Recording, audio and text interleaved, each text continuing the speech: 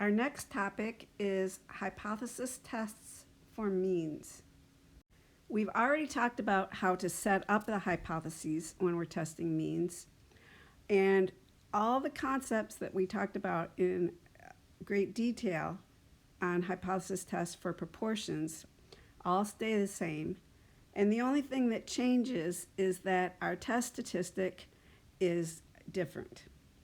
And our test statistic follows the t-distribution, and because of that we call our test statistic t instead of z, and we're using the t-distribution for the same reason that we used it when we did confidence intervals for means, and that's because we have two estimates, one for the mean that we want to test, but then to do the test we also need the estimate of the standard deviation, which introduces more random error into the problem. Now finding the p-value is much different for when you have a test statistic that's a t, because remember we have the whole family of t-distributions. Now using the same table that we did for confidence intervals, we could find some values that it's between, but it's not very exact, and it's more difficult than just using a little online calculator, and there's a lot of these. I'm using this one that you can find by Googling StatTrack t-distribution calculator, and I just checked and it still looks exactly the same. This is one of many. You may find another one that you would prefer to use. So where it says describe the random variable, you're going to want leave it at the default setting of t-score. You want to put in the degrees of freedom, which for one sample test of means, the degrees of freedom equals n-1, just like it did for confidence intervals. For the t, where it says t-score, that's going to be whatever you get for using that formula. That will go right in there. And the p-value is going to be down here where it says cumulative probability. And just like with the normal tables, this is always going to give the less than area. So there'll be times when you have to subtract that from 1 when doing a greater than test, just like we did with the normal table when testing proportions. So this example 1 is an example that we previously in an in-class exercise set up the hypothesis for, and this is the one where we have the mice running in the maze, and the mean time to run it is 18 seconds, and they are testing to see if a loud noise causes the mice to run faster. And when we set up the hypothesis, we said, well, remember, we don't actually even look at the sample data when we set up the hypothesis, because unless we have a crystal ball, we haven't seen that. Okay, so that left us with our null hypothesis that the mean was equal to 18. So to answer part B, I'm going to pull up some fresh board space here and then come back to it. So if we reject the null in favor of the alternative, we will conclude that we have evidence the loud noise makes the mice run faster. A type 1 error is to reject the null when true, which means that we're going to conclude that the mice run faster, and if we're making an error, that would mean to conclude that the mice run faster when they don't. A type 2 error is easier because once you have the type 1 error, a type 2 error is to make the opposite mistake. So I'll conclude the mice don't run fast when they do. Okay, so now let's go back to the part B on the previous question. So to conclude, mice run faster under noisy conditions when they really do run faster would be correct conclusion or correct decision. Number 2 here, conclude they run faster when they don't run faster would be a type 1 error.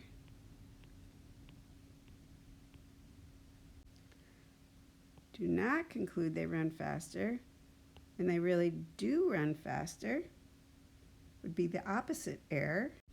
So a type 2 error.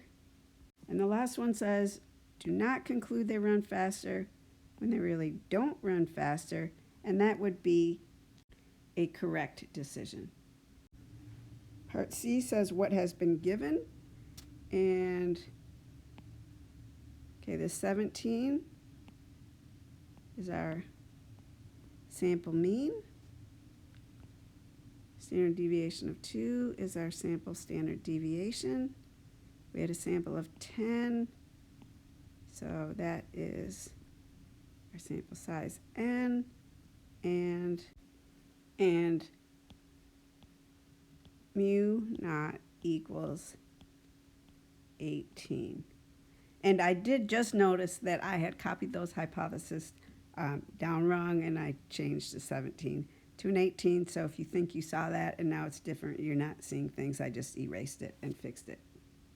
And now that I have these 4 givens written down, I'm going to use those to find the test statistic using the formula from the previous page, and plugging our givens in gives us negative 1.58, and the picture for our p-value is going to be all the area on the less than or the left of minus 1.58 in the t-distribution. And I see a typo on this page now. It says draw the picture for p-value. It should also say and then find it. So to find that p-value, we're going to go to the distribution calculator and leave this as t-score. That will be what's up there when you pull it up. Enter the degrees of freedom. So for this problem that we're working on, our sample size was 10. 10 minus 1 is 9. So that gets entered in for degrees of freedom. Okay, this is where you enter the t-test statistic that we just calculated on the previous page.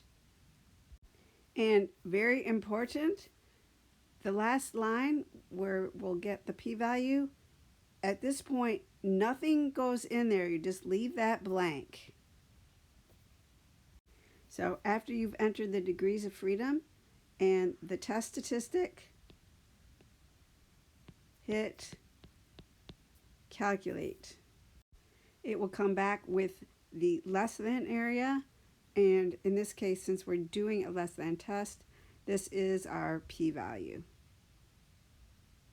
So our p-value equals 0.0743. Okay, the next question says, explain in words what probability this p-value gives for this specific problem. And for this also, I'm going to pull up some more fresh board space. The p-value has the same meaning that we talked about earlier. The p-value is the probability of seeing the sample data, or more extreme, just by chance. And you can think of this as like a big fill-in-the-blank problem. We're going to fill in our p-value, say what the sample data is, say the direction, and say what the null hypothesis says. So our fill-in-the-blank question is, there's a blank probability of seeing a sample blank of blank. This is what our sample data is, what kind it is, and what the number is, just by chance, if the null hypothesis is true. So what does the null say? So our p-value was 0.0743. So that's a 7.43%. Probability of seeing a sample mean of 17. And I see that I actually left out a little tiny part, seeing a sample mean of 17, or, and we're going to specify what the direction is. More if we're doing a greater than test, less if we're doing a less than test, or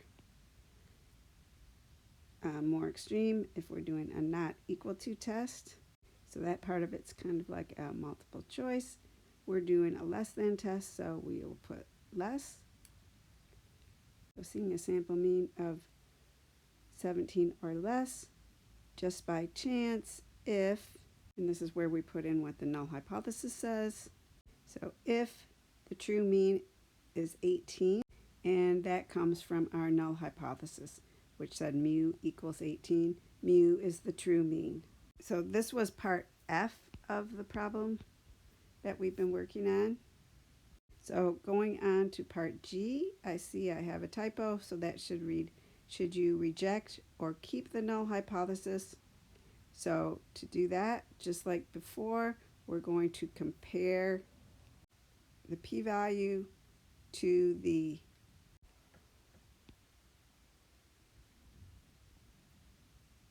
testing level.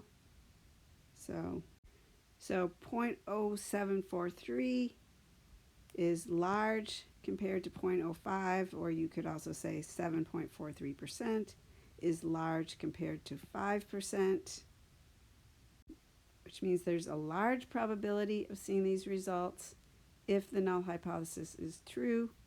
Means we don't feel like we have evidence against the null hypothesis, and we're going to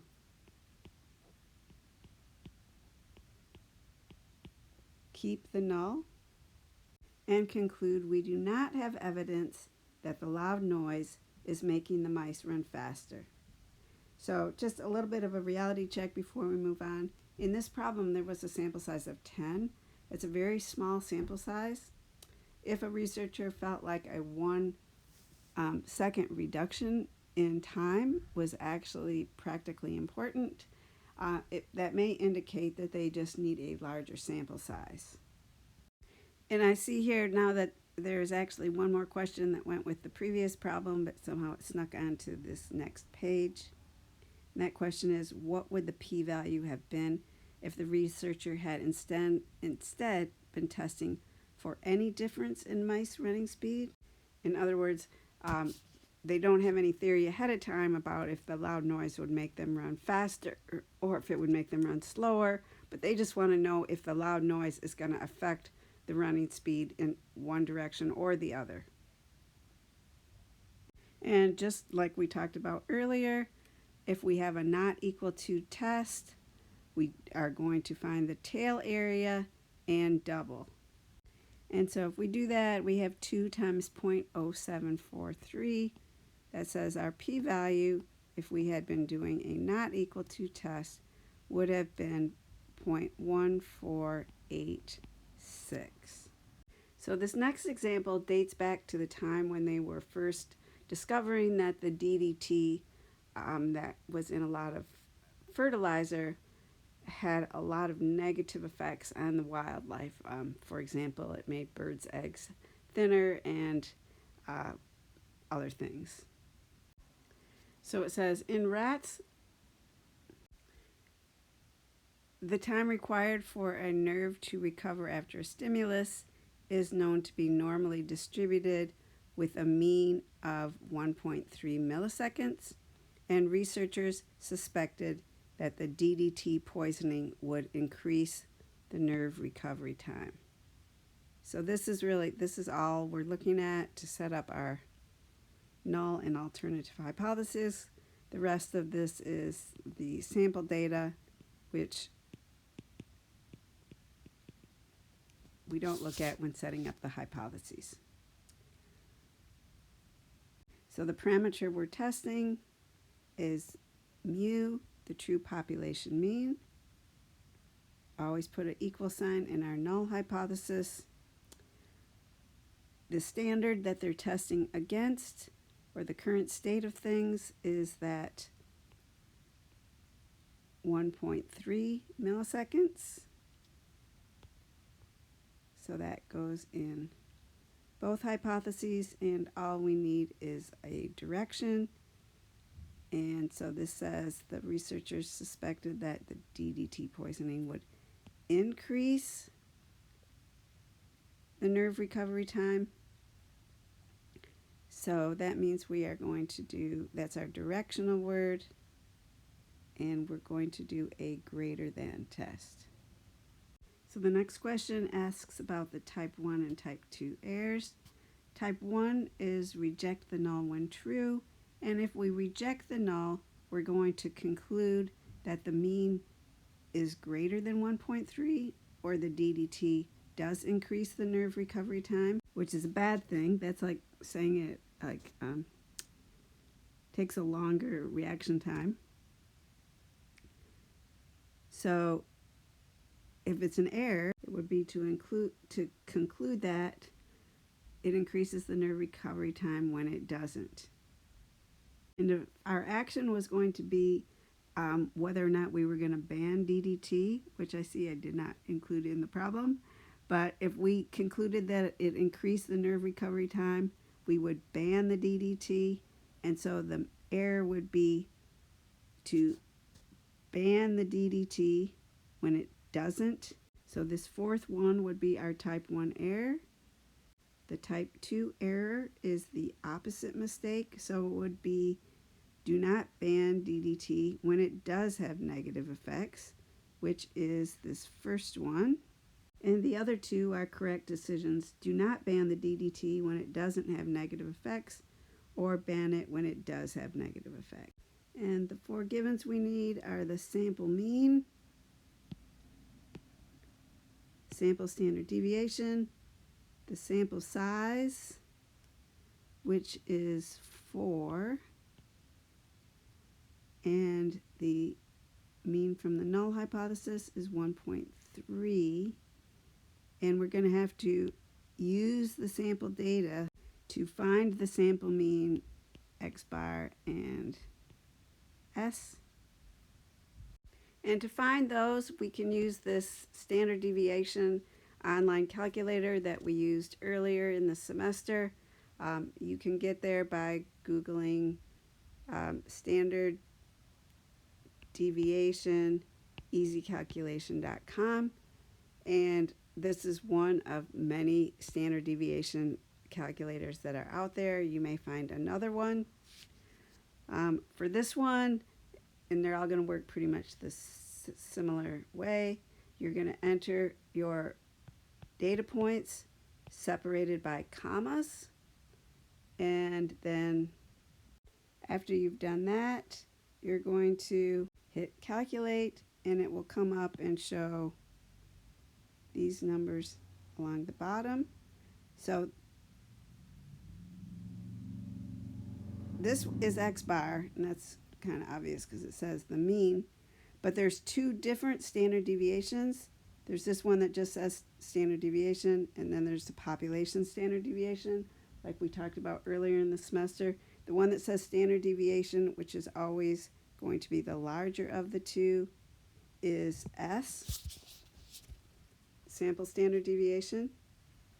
So that's what we can use in our test statistic. So using this formula and filling in our given, we can use our calculators to get the t-test statistic of 6.92. And I just now noticed that I copied this down wrong, and it should have been 6.97, which is going to change things slightly on the upcoming slides as well. So entering in our degrees of freedom, 4 minus 1 equals 3, and our test statistic, remember, leave this blank when you hit calculate, And when you do that, it's going to come back with 0.9969. So remember that this is the less than area. So that 6.97 should have gone in, which would have changed this to 0.9970. So changing it by actually 0.0001. So I'm not going to change the upcoming slides that also have these numbers on them.